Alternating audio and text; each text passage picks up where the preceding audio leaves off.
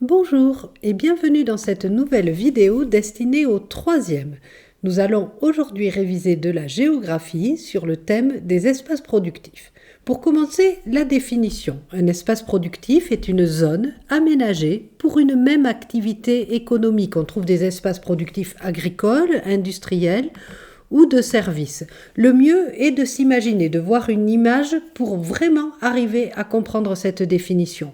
Par exemple, ici, on a les usines de Lannemezan. C'est un espace productif industriel. L'espace est consacré à une activité économique, l'industrie.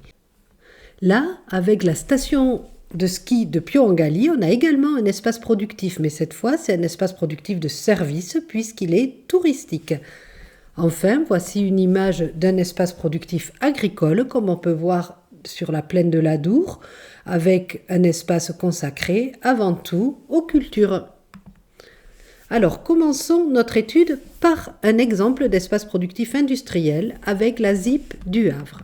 Une ZIP, c'est une zone industrialo-portuaire ou une zone industrielle et portuaire, c'est-à-dire l'ensemble composé par le port, les entrepôts et les usines de traitement de marchandises importées, comme les raffineries de pétrole qu'on voit souvent dans les ZIP. Alors les ZIP sont de plus en plus étendues dans le monde entier avec le phénomène de mondialisation. Je vous rappelle la définition, la mondialisation, c'est la mise en relation de différentes parties du monde par des flux de marchandises, de personnes, de capitaux et d'informations.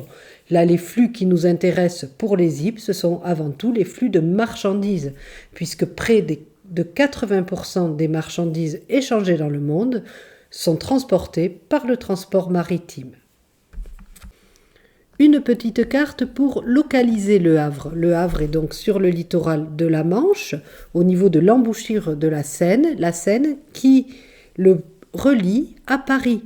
Et cette liaison est vraiment importante car sur cet espace, la Seine est navigable. On en parlera juste un peu plus tard.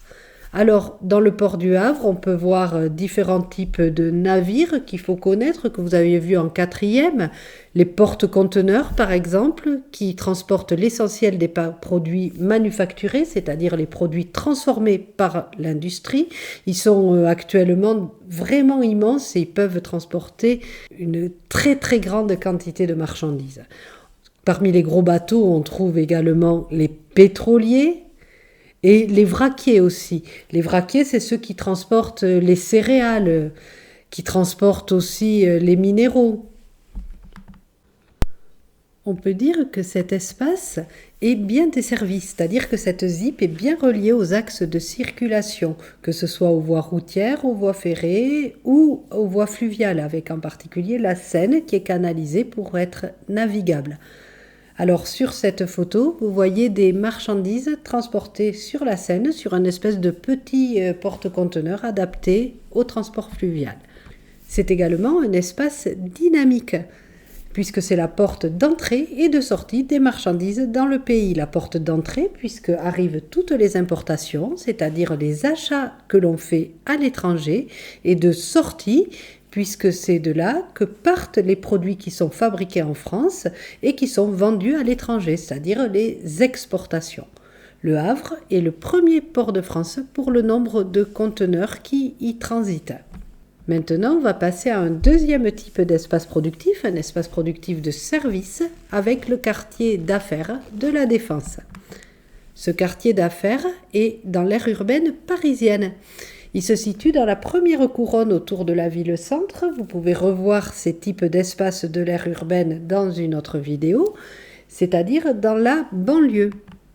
On est ici au nord-ouest de Paris. Alors, sur cette photographie, vous voyez le monument emblématique du quartier, la Grande Arche. La Grande Arche a été construite en 1989.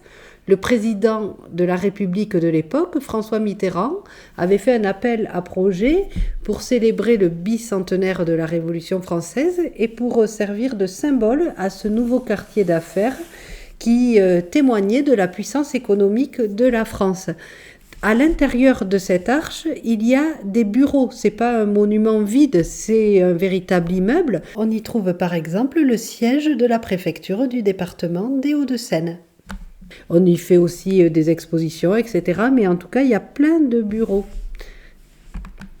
Alors, le quartier de la Défense, c'est un quartier d'affaires. Tous les quartiers d'affaires du monde entier se ressemblent. On y trouve des immeubles de grande hauteur qui contiennent surtout des bureaux. Dans ces bureaux, il y a par exemple les sièges sociaux des grandes entreprises transnationales. Alors les sièges sociaux, c'est les ensembles de bureaux de direction d'une entreprise. C'est là où on prend les décisions. Et une entreprise transnationale, c'est une entreprise ayant des filiales dans plusieurs pays. Donc dans le quartier de la Défense, on a le siège des entreprises transnationales françaises, comme par exemple celle de Total. Il y a toute une tour avec Total écrit en haut et qui renferme les bureaux de direction de l'entreprise.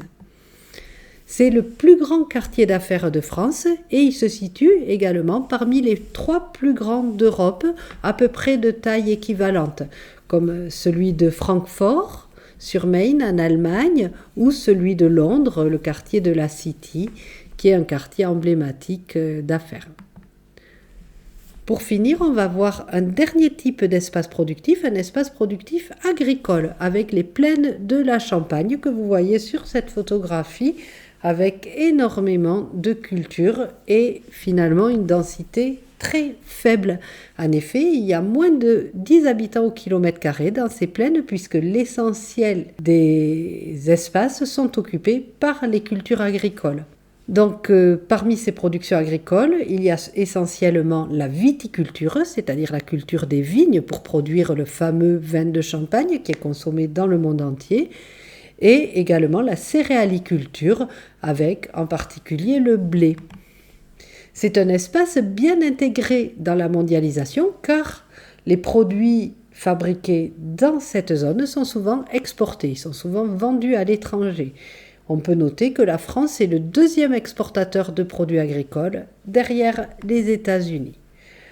Voilà, j'espère que cette vidéo vous aura bien aidé à comprendre la notion d'espace productif, que vous arrivez bien à vous mettre des images derrière ces différents types d'espaces et de comprendre que ces espaces sont bien intégrés à l'économie mondiale puisque la mondialisation a une influence sur chacun d'eux, que ce soit dans un espace industriel comme la ZIP du Havre, dans un espace d'affaires comme le quartier de la Défense ou dans un espace agricole comme les plaines de la Champagne.